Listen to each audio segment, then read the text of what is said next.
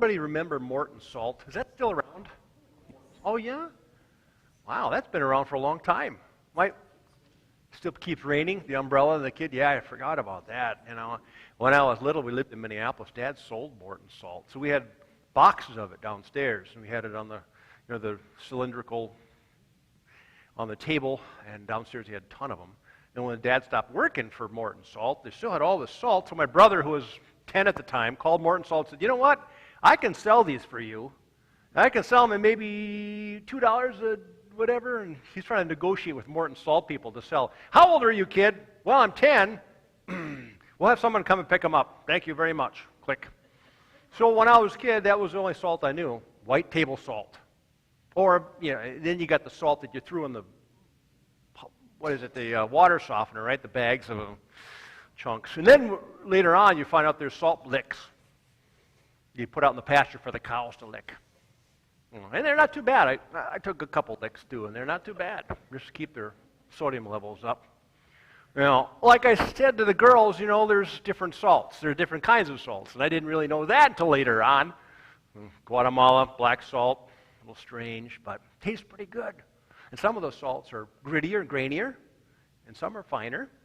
Some are real mellow, and some are really, really, potent stuff.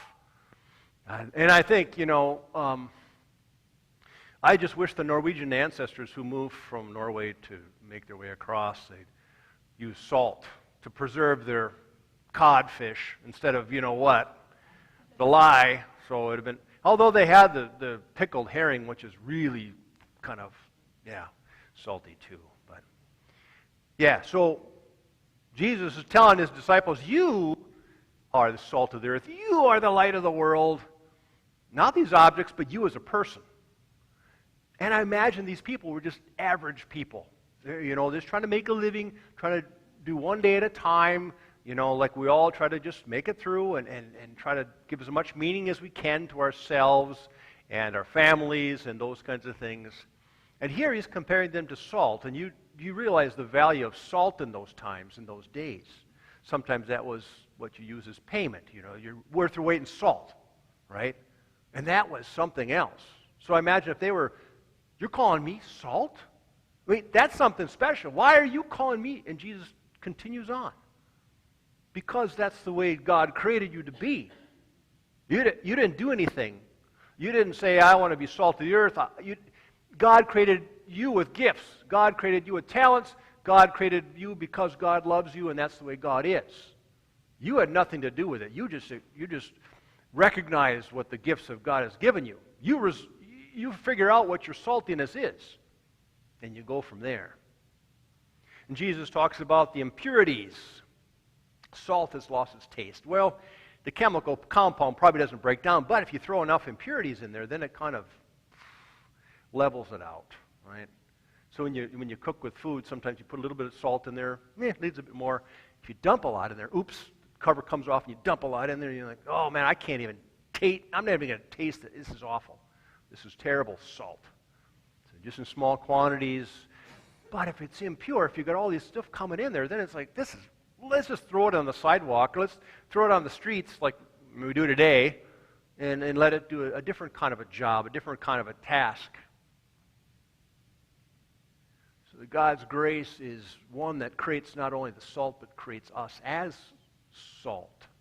That our usefulness never really dies. It just changes form and shape according to the situation, too. And he goes on to tell them about light.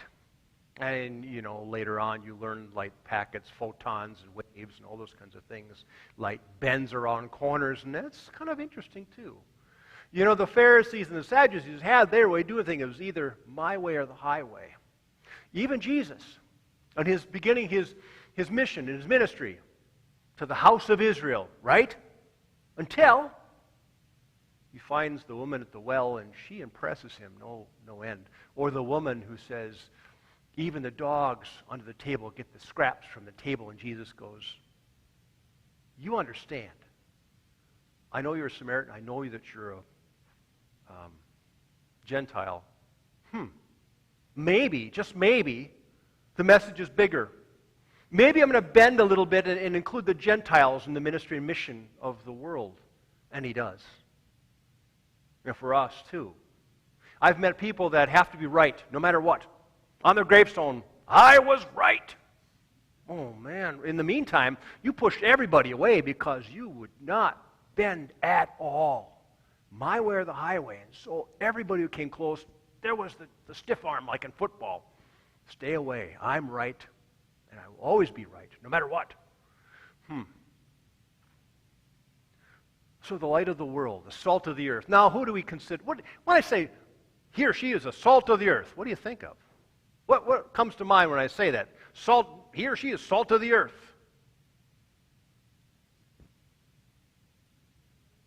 Bueller. Down to earth. Yeah. What? Grounded, right?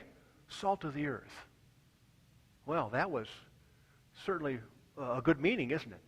You know, they're just gritty. There's no nonsense about them. There's no sense of hierarchy. There's no sense of I'm better than everybody else.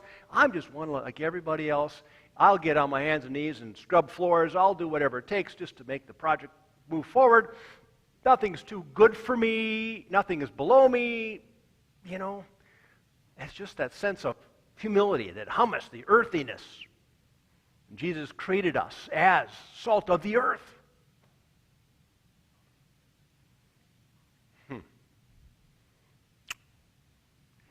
It's impossible to lose the saltiness. And saltiness and salt, as I later found out too, is not only the table salt or the salt licks or whatever have you, but in chemical compounds, it's a whole branch of chemical compounds.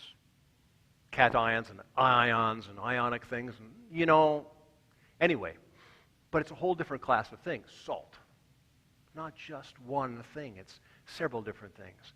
We are several different types of people, like there are different types of salt, different kinds of light.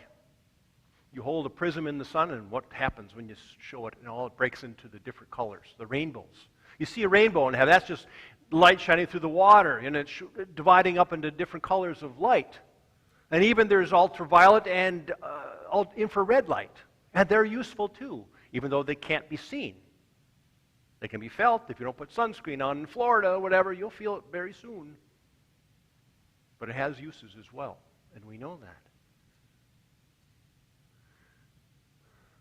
Jesus was telling his disciples and those around that they are indeed special, and that they indeed have work to be done. You shine your light for others to see. I created you. You don't have to work really, really hard to understand that you're salt. You just be who you're created to be. And let others see my light through you as you are salt of the earth for your neighbor, your friends, your families, even for yourselves.